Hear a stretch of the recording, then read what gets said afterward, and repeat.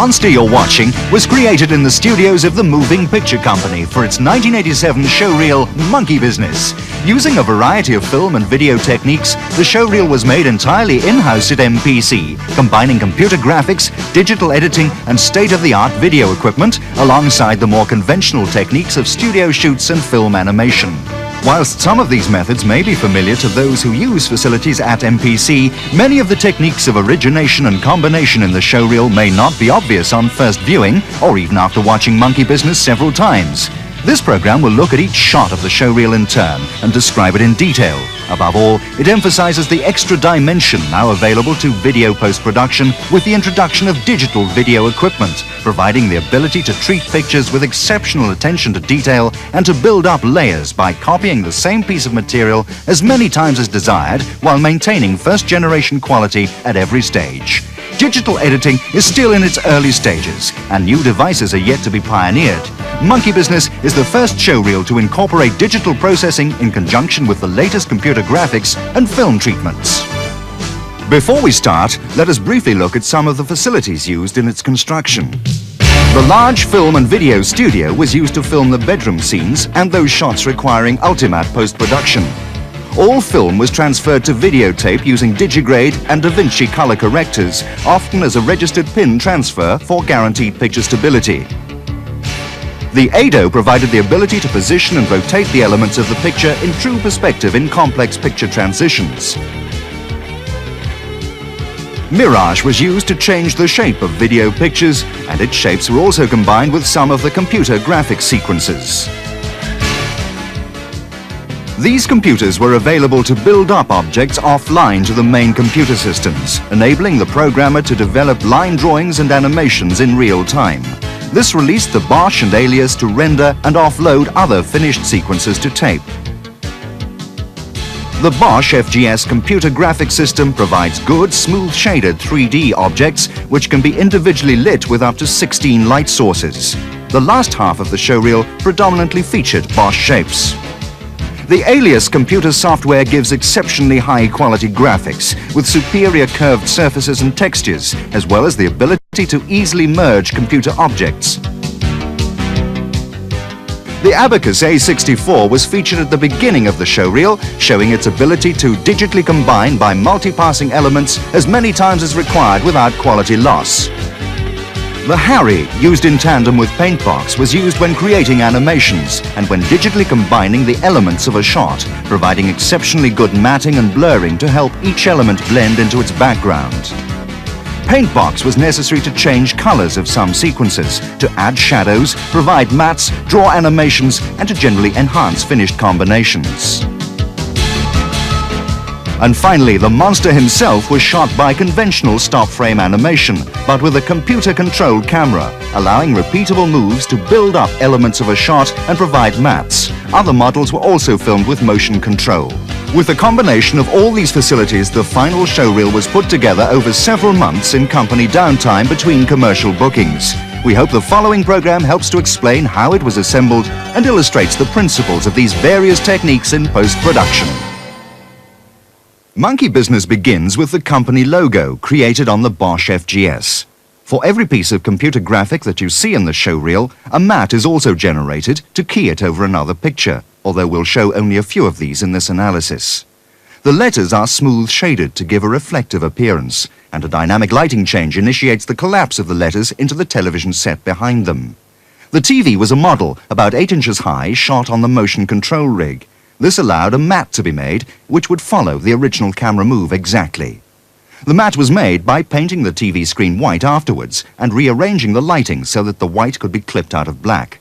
A paintbox matte was also drawn for the whole TV to produce a simulated lighting change behind the company logo. Real television interference was matted into the screen, resolving to show the Abacus City inside. The City was an electronic combination made with only one ADO, one VT to provide pictures, and the Abacus A64. Several tests like these were done to experiment with building structures and backgrounds. Note that moving video pictures were used because, unlike computer graphics which require frame-by-frame texture rendering, these buildings were made with successive ADO passes and therefore constructed using real-time pictures. The geography and spatial positioning of each facet is calculated entirely within the ADO. The final city was constructed in the following way. A frame of film was blown apart using the mirage and then turned into mosaics. When enlarged and put into perspective with ADO, a road was formed. A glow on the horizon and city lights were added, and sugar under a caption camera provided the stars. These were all programmed to move in perspective, even when cornering. Using the A64 to successively record and then play back, each ADO picture was layered in turn to provide the building structures. To keep the deliberately electronic effect to the shot, the pictures inside each ADO pass were computer-generated. These were made using the alias, which gives us an early opportunity to see the high-quality chrome surfaces and easy extruding features that alias offers. Because of its powerful computing ability, alias is fast and can build a very high number of objects and light sources, in addition to having a very good texture mapping capability. This man was generated on the Bosch FGS. Though less powerful than alias, the Bosch has software for smooth shading, providing accurate and smooth animations to its polygonal-based objects. And finally, this animation is a composite of various mirage standard shapes. We continue to build up the city one facet at a time, each ADO pass representing one successive generation loss in picture quality with conventional videotape techniques. Before the introduction of digital machines like the abacus, this sequence would have been impossible. Note that more buildings were layered than you might see at any one time, because they'll only be revealed behind other buildings when we eventually drive down the road. Here in foreground, for instance, the buildings cover up previous picture layers. Being a modern development, Abacus City has a cinema and high-tech outside lifts and is made of 1,632 generations.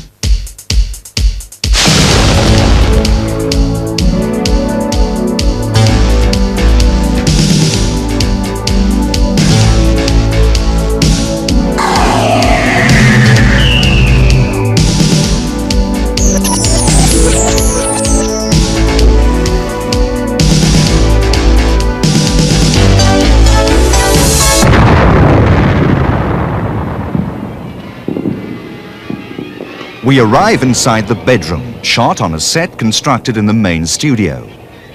The set was designed to be built up off the floor so that lights and operators could be positioned to enable the toys to come to life. This allowed all the models to be hand manipulated from underneath.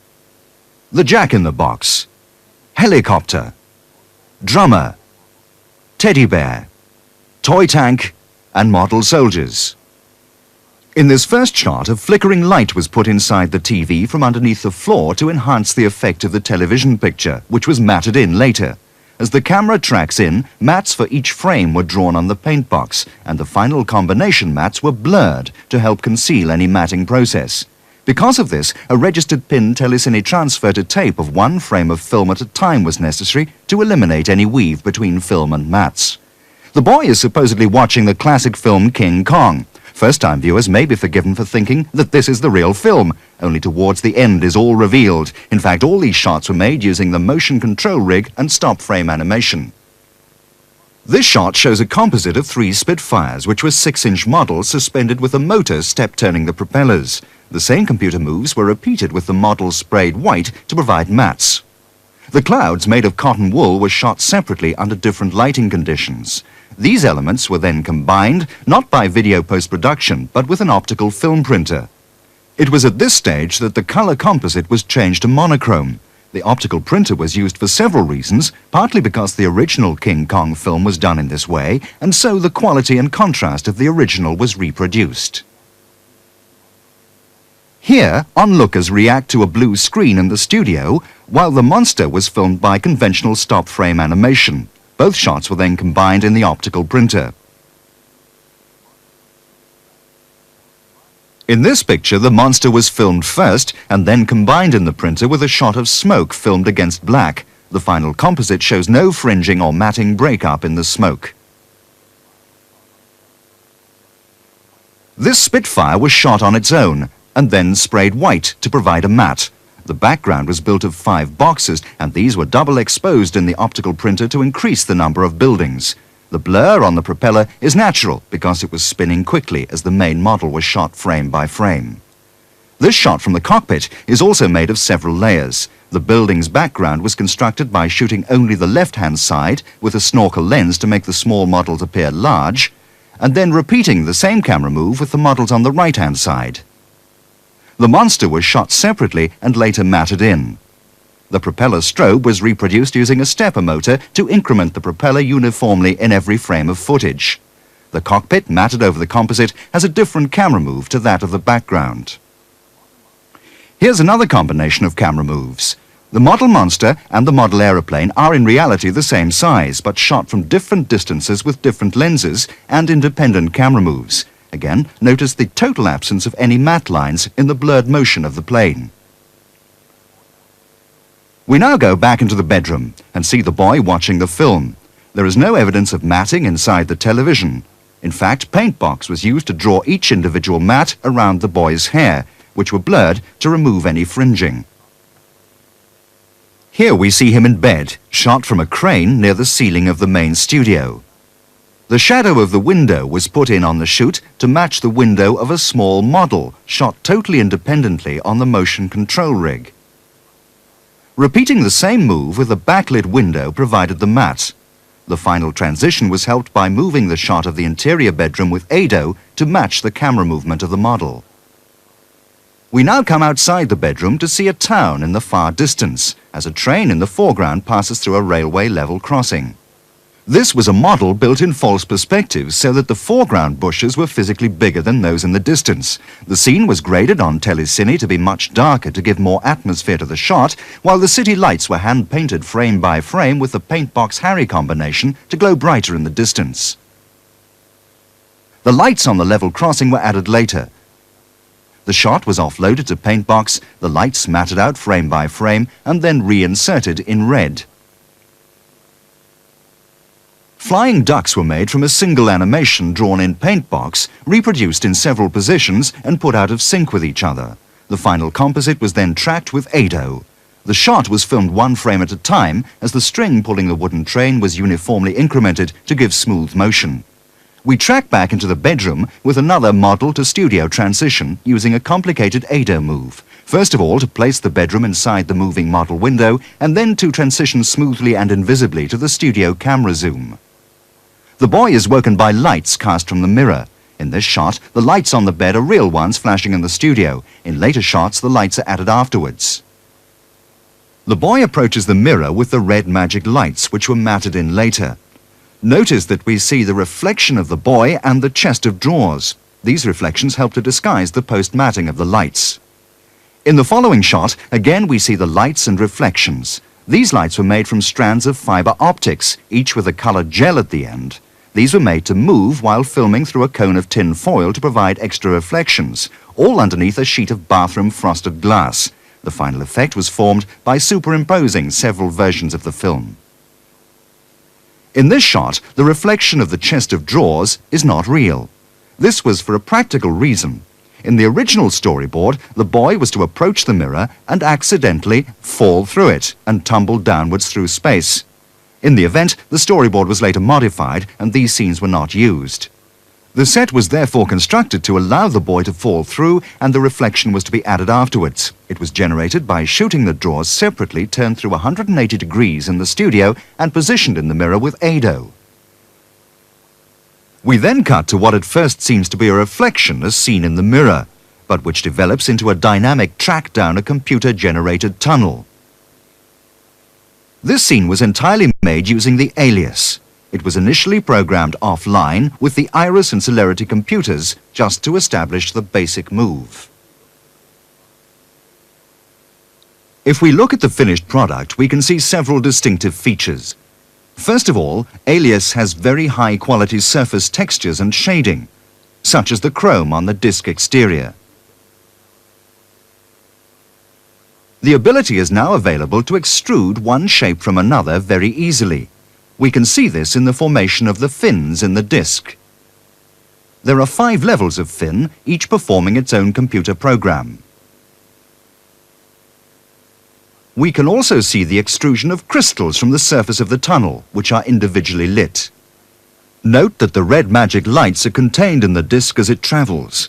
Because of the complexity of this shot, with its extrusions and textures, the final offload to tape took about 45 minutes a frame. It was necessary to avoid the further time-consuming complication of texture mapping the moving magic lights in each computer frame. To achieve this, the lights were matted in afterwards, for each shot in the showreel featuring the Alias disc, except one which we're coming to shortly. Here we see the sequence as it was offloaded directly from Alias, with a highlight catching the surface as it rotates. The lights were keyed into each frame and the highlight rekeyed over the composite. The surface of the tunnel itself is generated by a technique called bump mapping. This is a method of simulating three-dimensional surfaces which appear to have peaks and troughs, but which in fact are only two-dimensional flat surfaces. The lights on the Alias disc were then tracked one frame at a time with ADO. There are two sources of light in the shot, one coming from us, the viewer, as we move down the tunnel, and the other is radiating from the disc itself, casting beams of red light on the tunnel's surface as it travels. To join this sequence,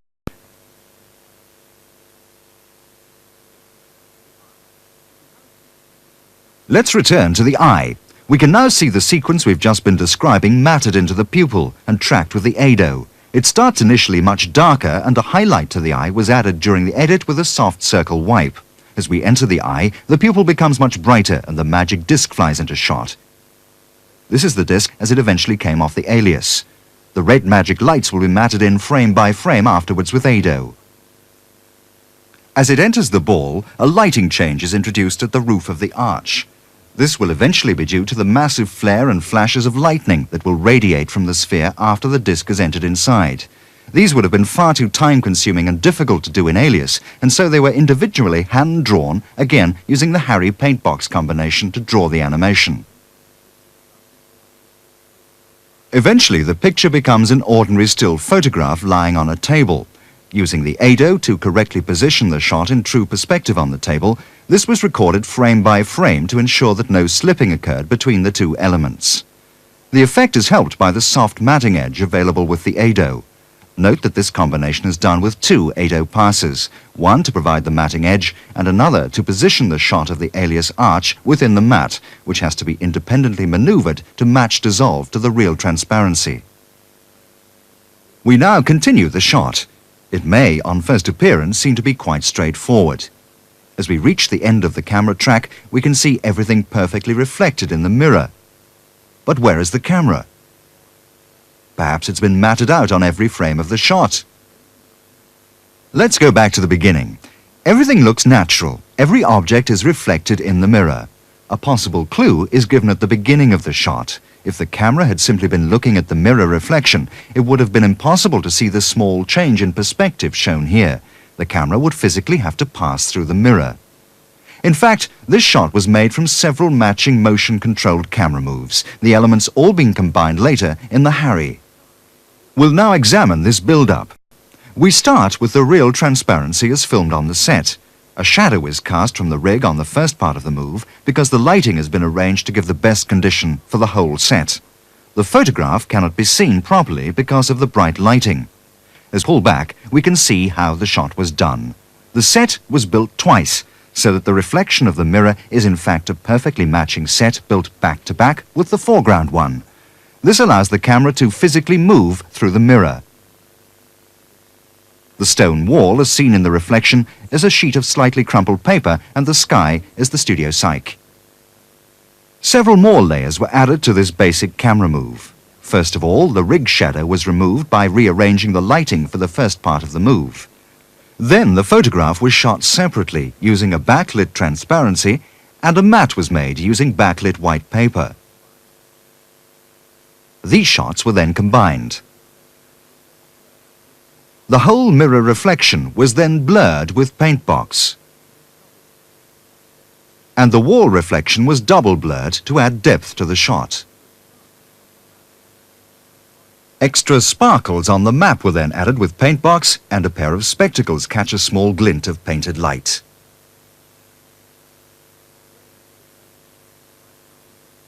A flame to the candle was added by cut and pasting with paintbox, a real flame shot in the studio afterwards. At the same time, a reflected flame was pasted in, and this was blurred to reduce its sharpness. We now move outside the window we've seen all this time in the mirror reflection. and come to the exterior of the castle. This model was again filmed with the motion control camera, providing a small degree of perspective change. The alias disc with matted lights was added. A photograph of one frame of this film was enlarged and mounted in the studio, providing the match dissolve to get us back into the bedroom where all this action started. The lights cast on the bed by the disc were added in post-production by keying the fiber optic lights through a mirage explosion back onto the bed. In the following shot, we see again the matted lights over the boy. The alias disc here was generated from two separate cycles of animation, one to rotate and one to rotate and bank. The glow was a simple soft-edge mixer wipe, which retracts back into the disc, causing the lights over the bed to disappear. The ADO then flies the disc away in sympathy with its banking motion. We now begin the sequence of events where the toys and games in the room come to life. These sequences contain computer graphics combined digitally with studio live action. Here, two alias programs provide the disc and its reflection, into which two sets of lights were later separately matted. Again, the reflection was blurred on Paintbox. As the disc passes over the chest of drawers, the counter game and box of matches explode and rise in the air. This complicated and expensive effect was achieved using a technique known as gravity, because this shot was filmed upside down. If we look at the film as shot in the studio, we see there was a delay between the glitter and the matches falling. As it was desirable that these two should occur together, a wipe was introduced between the two, and one half of the shot pulled into sync with the other half. Both matches and counters now fall together. This meant that the same process had to be applied to the reflections. These were made using the ADO to reposition the glitter and matches and then blurring the composite. The counters and die were made on the Bosch FGS. Two programs were written, one for the real counters and one for the reflections. These were smooth shaded and individually lit. A brief word about this die. It was built on the Macintosh computer and transferred later into the Bosch to be rendered. The program for it presented a number of problems in terms of space available in the files of the computer, because it's a non-symmetrical shape with faced dot dimples, complicated curving and smooth shading. Construction of this die was therefore not as straightforward as its final appearance suggests. The problems were overcome by treating the program as two main files, one for the rounded sides and corners, the other for the flat faces and dimples. The final shape was carefully lit to give a natural, smooth appearance. The next shot continues with the matches rising, but these ones were not shot in the studio and were generated instead by the FGS. Again, we see the smooth shading and highlight from the FGS software. The book opens, being pulled with wires in the studio. The sheets of paper were added later by the Bosch. We see here the paper as it was offloaded to tape. This sheet of paper then folds itself to form an origami dragonfly. This whole shot has been completed with extensive treatment on Paintbox, particularly in adding color and shadows. Here, a shadow is drawn for the paper which emerges from the book. The paper itself has been colored yellow to match the rest of the pages, and another shadow is drawn, this one from the book cover. As the paper flies out, it catches the light from the room, and this lighting change is also hand-drawn on every frame. Note that the paper has been tinted blue where it's highlighted. Another shadow is cast as one piece of paper crosses over another, and yet another shadow cast on the tabletop by all the sheets of paper has been hand-drawn. Although technically possible, the Bosch was not used entirely for this sequence. While the beginning and end of the animation featured the FGS, the in-betweening was hand-drawn on the Paintbox, considerably reducing the time spent offloading FGS frames to tape. These frames are all drawn in Paintbox. The next shot represents another build-up of elements, all combined later in Harry and Paintbox. Let's look at each element. First of all, the studio as it was filmed. Then a smooth-shaded Bosch animated matchstick man was added. A mat for the matchstick man was necessary to key him into the picture. An origami man, also made with the Bosch, was then layered using his mat. A mirror reflection of this origami man was produced together with a mat. Next, the origami dragonfly was added. And again, another matte was generated by the Bosch. A mirror reflection, together with its own matte, was then added. A second matchstick man was keyed in, and yet another matte was made. Finally, later in the shot, a third matchstick man will drop into frame and land on the floor.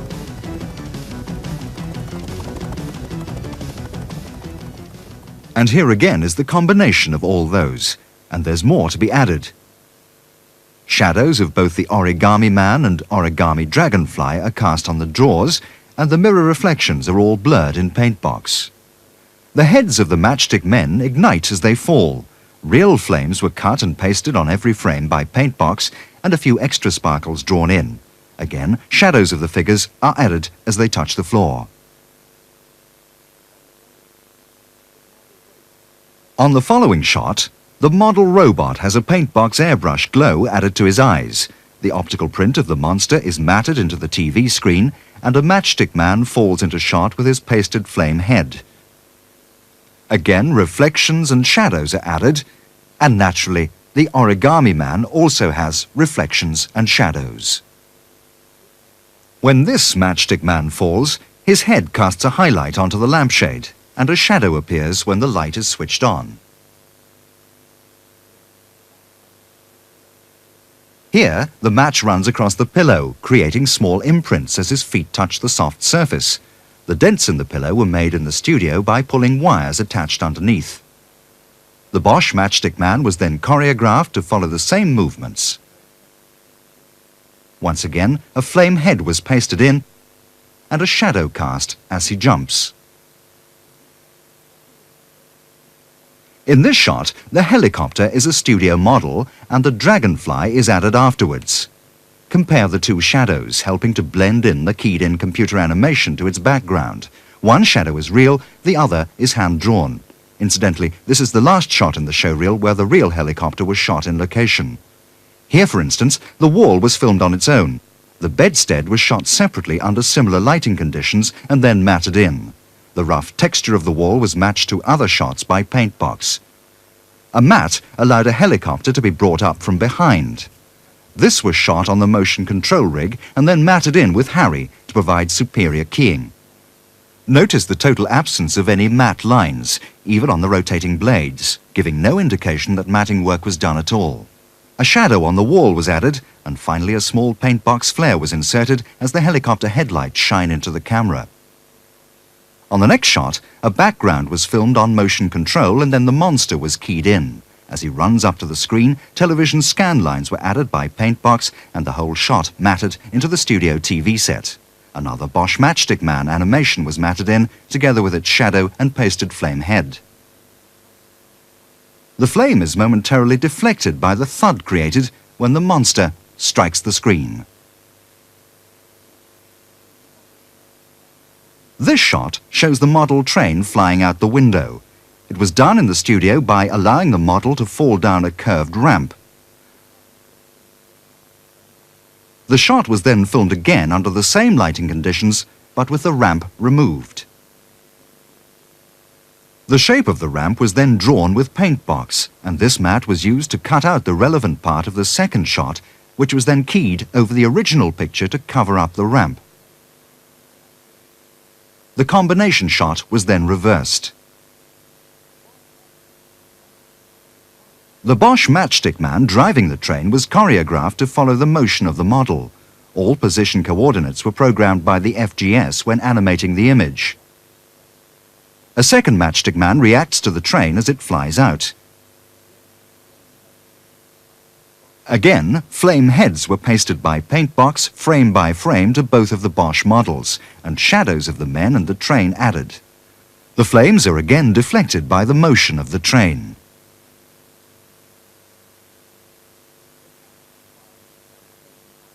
The tank fires at toy soldiers, forcing them to spin up into the air by means of pins forced up from under the elevated false floor in the studio. These pins were later removed by Paintbox. This had to be done frame by frame because the studio lighting was continually changing. When the helicopter flies over the boy's head, its blades create a downdraft, as seen here in the studio. The helicopter was another motion-controlled model shot, which again was painted white afterwards to give a matte. Because of the strobing effect between the rotating blades and the camera shutter, parts of the blades are missing on the original film footage. In the finished shot, these have been hand-painted in, and this process was individually applied to every frame of the shot. Here, the helicopter flies a path made by two combined motion-controlled camera movements. To explain this, let us construct a simple graphic illustration. Here, the grid represents the floor area in the motion control studio, and the cube simulates a rig operating the model helicopter. A separate rig holding the camera is programmed to move around the studio under computer control, while the helicopter rig performs its own motion program. This rig is in fact a MOI head, which is operated together with the camera rig. Here's the matte pass showing the combined effect. If we look at both the picture and matte shots, we can still see parts of the rig and lighting equipment necessary to achieve the shot. This problem is quite common with matted pictures involving models or chroma key, and is solved by garbage matting the matte pass to remove the unwanted sections, usually by paint box or an ADO travelling mat. Once again, the blades are painted in on the finished picture and a shadow is added on the wall. The final layer is another group of Bosch counters, together with the die, and naturally, they also cast shadows. The showreel has several more shots featuring techniques previously described, including this one featuring a matted TV picture of the monster and two matchstick men with their flame heads and reflections. And this bedroom scene with the travelling helicopter, counters and die. We see the culmination of all this chaos in a wide shot of the bedroom. Once again, this illustrates another digital layering process, this one being combined in Harry. If we strip off all the layers, we see the basic studio shot with its animated toys and flickering light from the television, all operated from underneath the floor. To this, the television picture was matted in, then the alias rotating disc was added. The red magic lights were layered on top of the disc. The model train shot with motion control to give accurate perspective and lighting changes was inserted, and a second shot from a different angle provided the mirror reflection. Two shadows of the train were added, one cast on the bed, the other on the floor. The helicopter was then put in, this being another complicated motion control shoot with hand-drawn blades, and then its shadow was added. Next, the folded paper Bosch Dragonfly flying around the room was inserted, together with its shadow. And finally, the counters and die were matted in. These were layered several times to increase their numbers. Remember that for all these computer and motion control elements, matte runs were also made. And here again is the final result.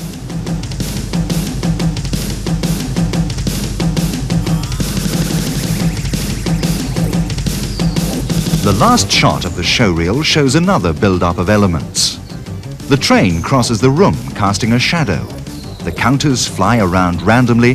The helicopter hovers over a matchstick man who's jumping up and down on the bed, and a buzzing dragonfly casts his shadow. Because the camera is panning around the room, all these elements were programmed or moved with ADO to follow the camera movement, and this complication meant that a good deal of attention to detail to the choreography of all the elements was necessary. This entire shot was then tracked back using the ADO and then frame by frame inserted into the television set of the stop frame motion control animation of the monster, who's relaxing with a hot cup of moving pictures tea and watching the whole event on the same television set that started the showreel in the first place. And so, to maintain continuity of story, we should rewind to the beginning of the showreel and watch the whole program again.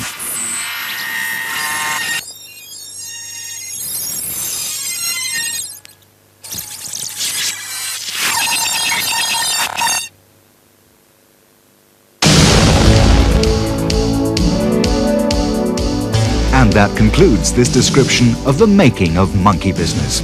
We hope it's been instructive in the methods of post-production available at the Moving Picture Company, and has shown some of the ways that the various techniques and individual pieces of equipment can all be combined. This monster may not understand it all, but then, he's only a lump of plasticine anyway.